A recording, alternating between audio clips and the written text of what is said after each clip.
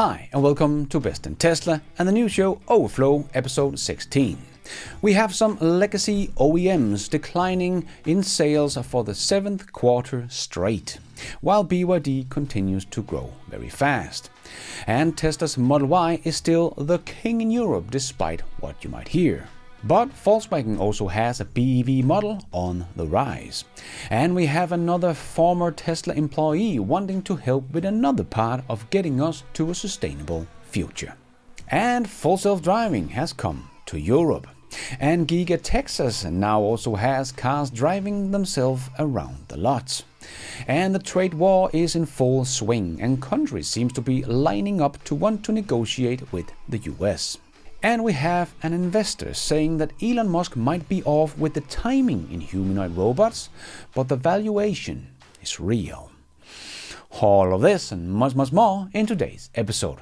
Let's dive right in.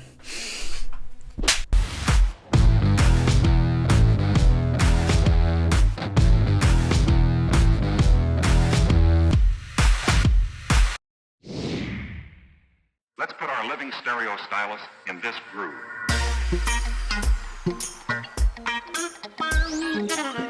So while the mainstream media only want to talk about Tesla's declining sales, they are not talking a lot about the other OEMs that have continued to decline year over year for 7 quarters straight. The one I'm talking about is Mercedes. They just reported Q1 2025 sales, and as AJ wrote on X, key takeaways.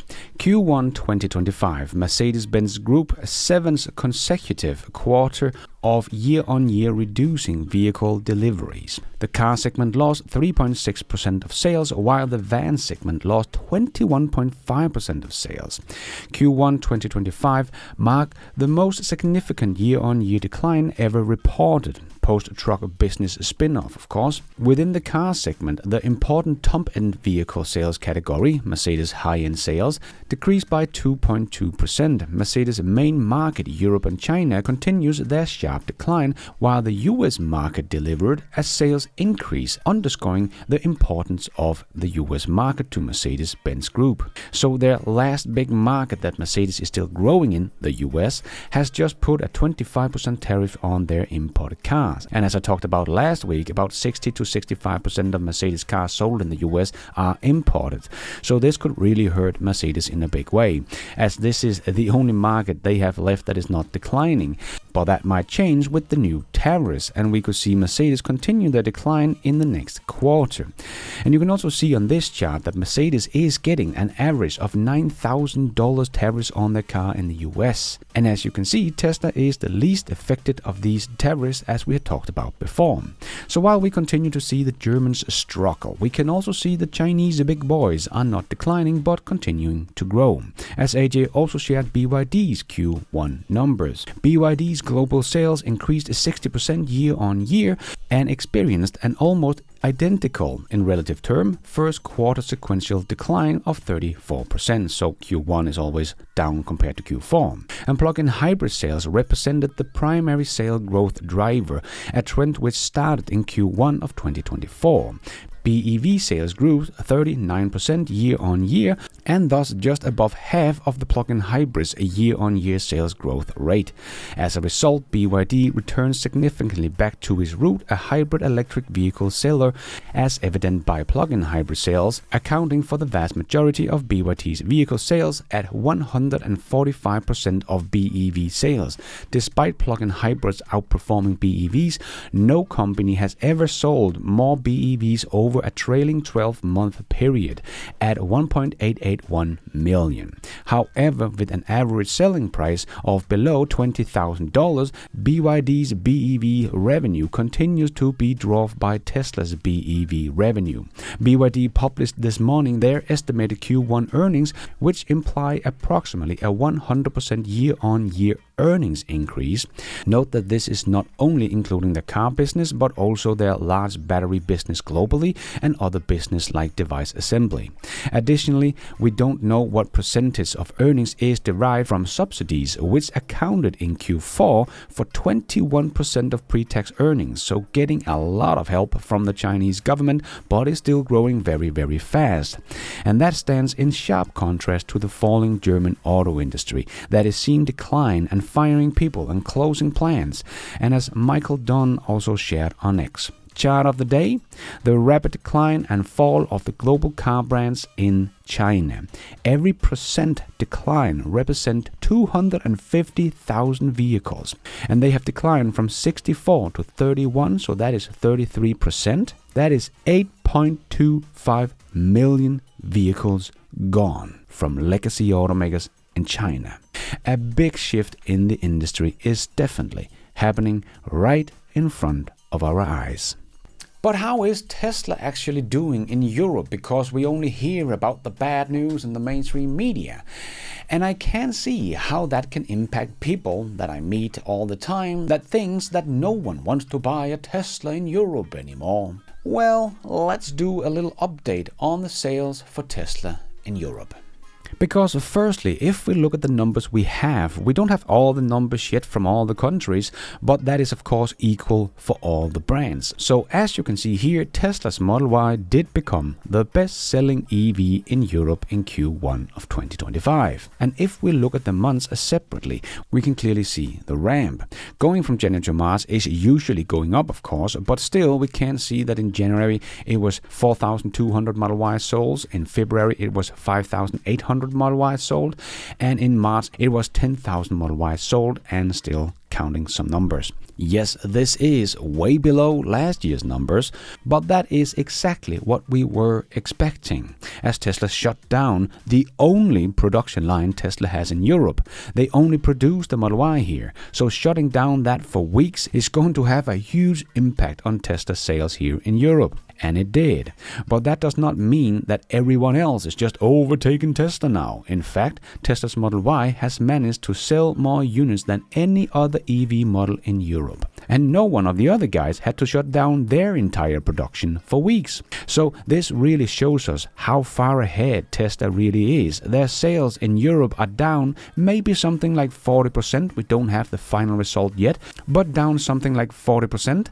And Tesla is still leading the way. As a brand, Volkswagen has overtaken Tesla so far in 2025. So just as I predicted, we would see some nice rise in Volkswagen's numbers this year, not because they suddenly, after 3 years of basically sideways sales, wanted to make more EVs. No, it was predictable, because we knew that the stricter CO2 emission targets was coming here in 2025. As Volkswagen has to be forced to make EVs, this is not something they do on their own free will, as I have shown so many times before in other videos. But they are rising and is the best-selling BEV brand in Europe in Q1 of 2025.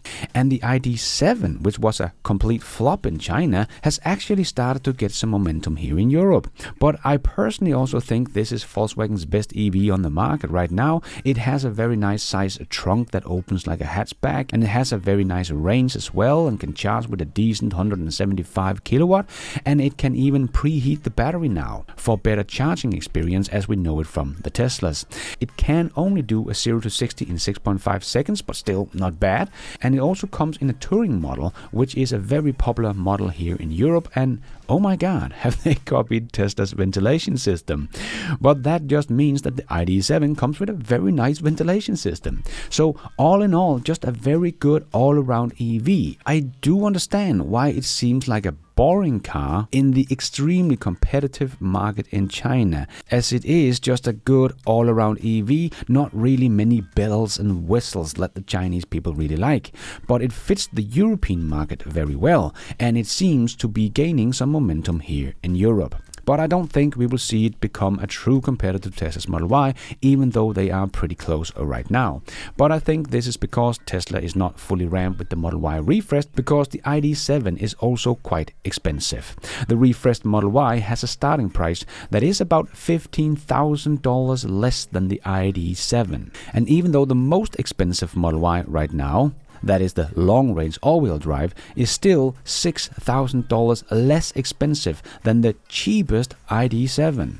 And the most expensive ID7 is about $25,000 more expensive than the most expensive Model Y we have right now.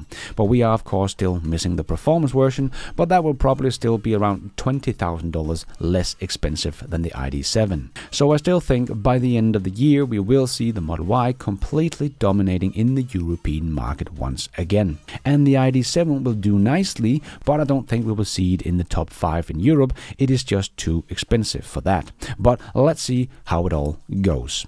We had JB Straubel that left Tesla to revolutionize the recycling of batteries.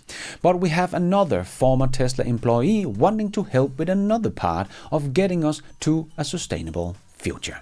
Drew Baglino, former senior VP of Powertrain and Engineering at Tesla, has founded a new company called Heron Power. Drew is raising a $50 million Series A to develop the next generation transformers for electric grids. Transformers work to adjust the voltage of electricity between the grid and front-facing applications, and as power-intensive AI data centers become more common, they are considered to be in somewhat short supply. The firm also says that the transition to sustainable electricity generation alone will require a 3 to 5-fold increase in global electricity generation and consumption. As they say on their website, Hero Power is building cutting-edge power electronics for the 21st century grid. We aim to debottleneck the growth of electricity generation and consumption with scalable, innovative and less costly hardware solution, accelerating the electrification of everything. So Drew seems to have taken up one of the challenges that Elon said was going to be the problem long term with AI. As he posted some time ago, as I said a few years ago, the AI scaling constraint will move from chip to voltage transformers to electricity generation. This is worrying for the US leadership in AI long term. So as many have said, the grid can handle all of these EVs, but as I have also been saying for years, it is not just the car industry that is being disrupted, so is the grid.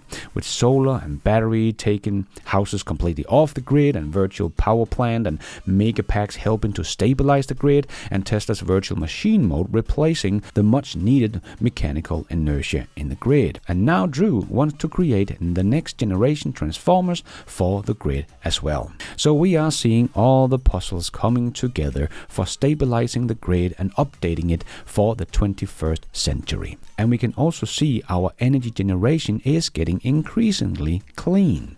As you can see on this chart, solar and wind boom pushes the world past 40% of clean electricity generation in 2024. Very cool to see that the grid is not just getting disrupted by making it better and more stable, but also greener. It is all coming together nicely. And let's squeeze in the last short news topics into this news show.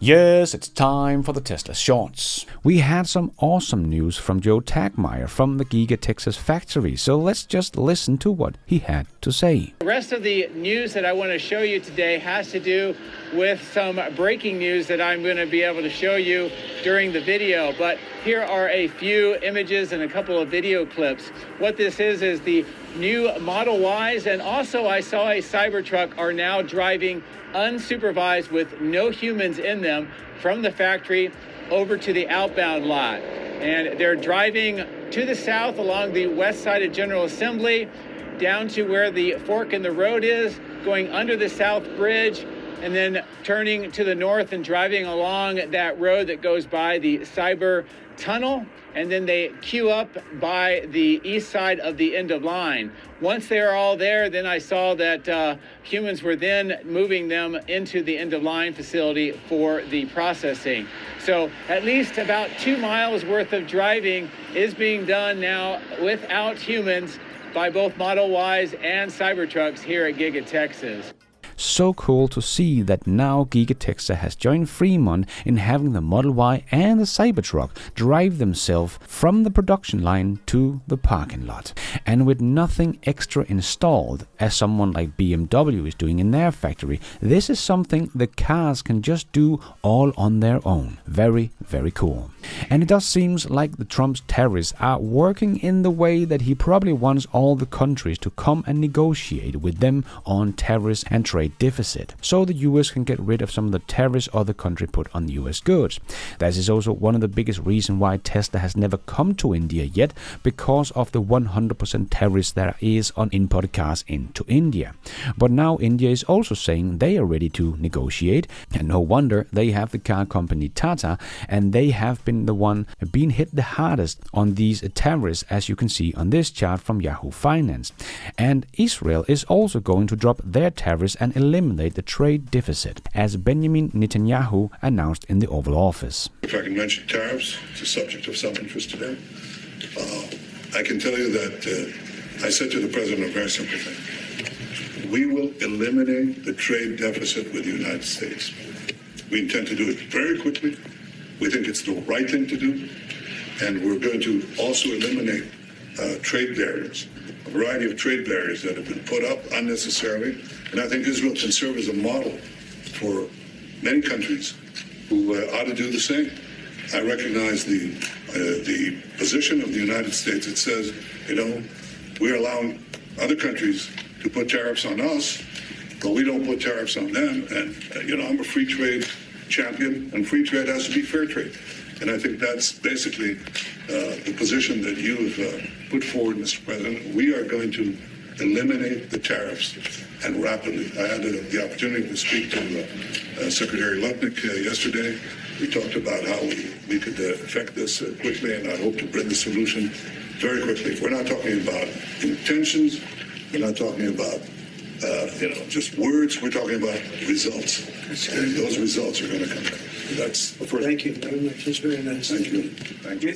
But the EU Commission's president was also out saying that Europe is ready to negotiate with the US. We stand ready to negotiate with the United States. Indeed, we have offered 0 for 0 tariffs for industrial goods, as we have successfully done with many other trading partners, because Europe is always ready for a good deal, so we keep it on the table. But we are also prepared to respond through countermeasures and defend our interests. But apparently it's not only the EU and Israel that is ready to negotiate, according to Treasury Secretary, that just said that up to 70 countries has now contacted Trump to make a deal on tariffs. I haven't seen anything from them, but Larry, I can tell you that there are 50, 60, maybe almost 70 countries now who have approached us. So it's going to be a busy April, May, maybe into June.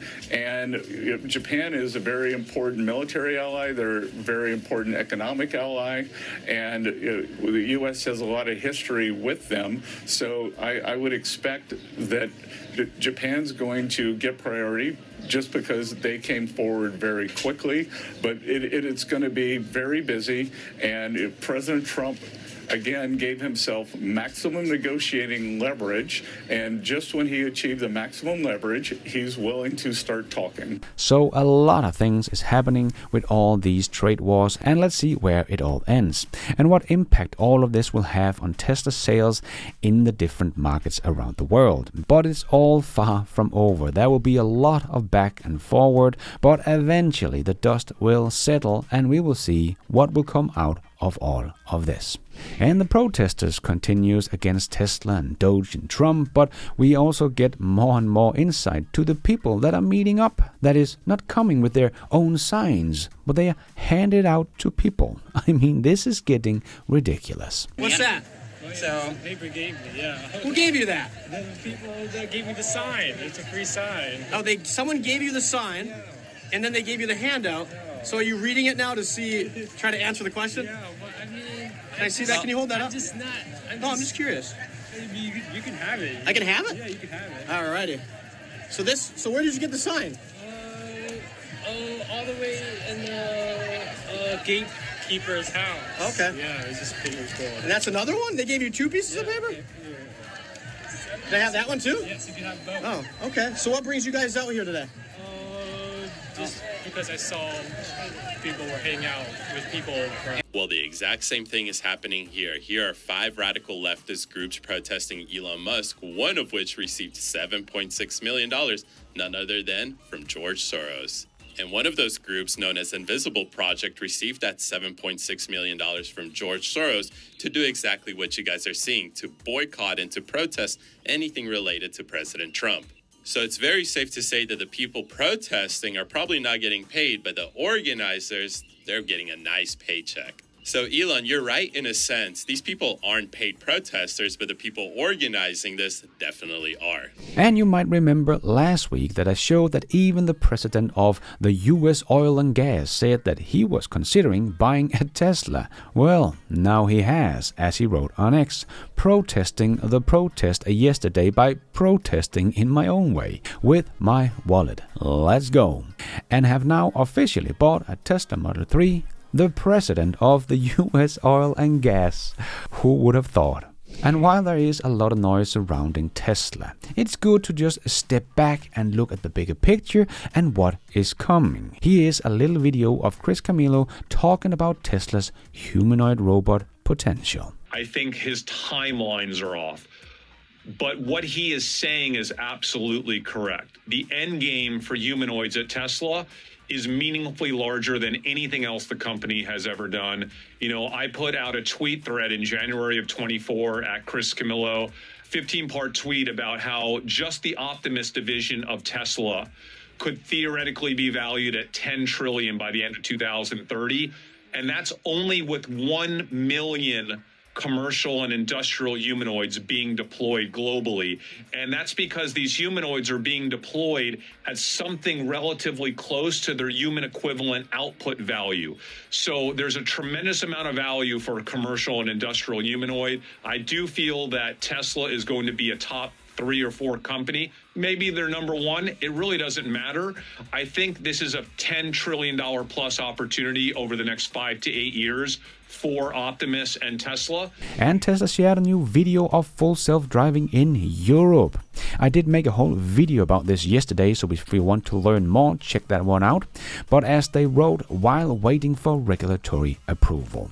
So the car is ready, it's all just up to the regulatory approval, so we should get full self-driving supervised coming to Europe in a couple of months. Because as you can see, the car handles the narrow street of Amsterdam with no problem. But Tesla also shared this little video of what people in the US can already do today. If you have synchronized your calendar with the car, it knows where you need to go next and suggests that on the navigation. So all you have to do is jump in, put the seatbelt on and push the button, just like in the Cybercab. I can't wait until this feature comes to Europe. And speaking of full self-driving, we continue to get insane videos from China where they are testing the living hell out of the system. And it just handles most of what they throw at it. Just very, very impressive. And if you don't like that Tesla removed the stock for the gear shifter, you might like this new update they have done. You can set the scroll wheel to change the gears. Nice. And Tesla shared a nice little video showcasing how Stormwatch for their Powerwall owners works. The Stormwatch feature detects weather forecasts for your location and charges your Powerwall to 100% before the storm hits. What makes Stormwatch special is to maximize the value of your Powerwall. You want to have a lower backup reserve, and then Stormwatch kicks in to help charge your Powerwall in the event of an outage. On the app home screen, you'll see the Stormwatch banner. You can tap it, you can see what type of storm it is, how long that'll last, and you can also see the state of your Powerwall charging, and the app will also tell you when the Powerwall's fully charged. And if you have been here for many years, you might remember when the Cybertruck was revealed that I said it would become a rolling billboard. And here is a guy that has taken that to the next level. And AI is getting so good that we no longer can tell the difference. New preprint, we evaluated large language models in a 3-party Turing test. participants speak to a human and AI simultaneously and decide which is which. GPT 4.5, when prompted to adopt a human-like persona, was judged to be the human 73% of the time, suggesting it passes the Turing test. Yeah, this is all getting real fast. That is all we have time for in this Overflow News Show. Hope you enjoyed it. If you did, don't forget to hit that like button. It really does help this video out a lot so others can find it on YouTube. And if you did like it, maybe you want to consider hitting that subscribe button, notification bell, so you don't miss out on future videos just like this one. And if you're already a subscriber to the channel, thank you so much for the support. But if you want to support the channel even more, remember you can, for as little as $1, become a patron of this channel, or become a member of the YouTube channel to get a shout out as some extra perks like early access, ad-free versions of my videos, exclusive videos. So hit the members button or check out Patreon to find out more.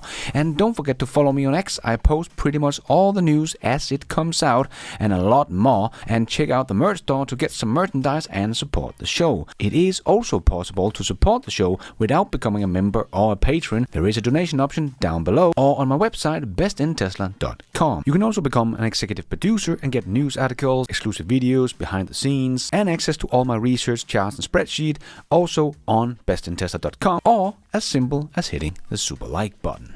And thank you for watching. And until next time, take care out there and be nice.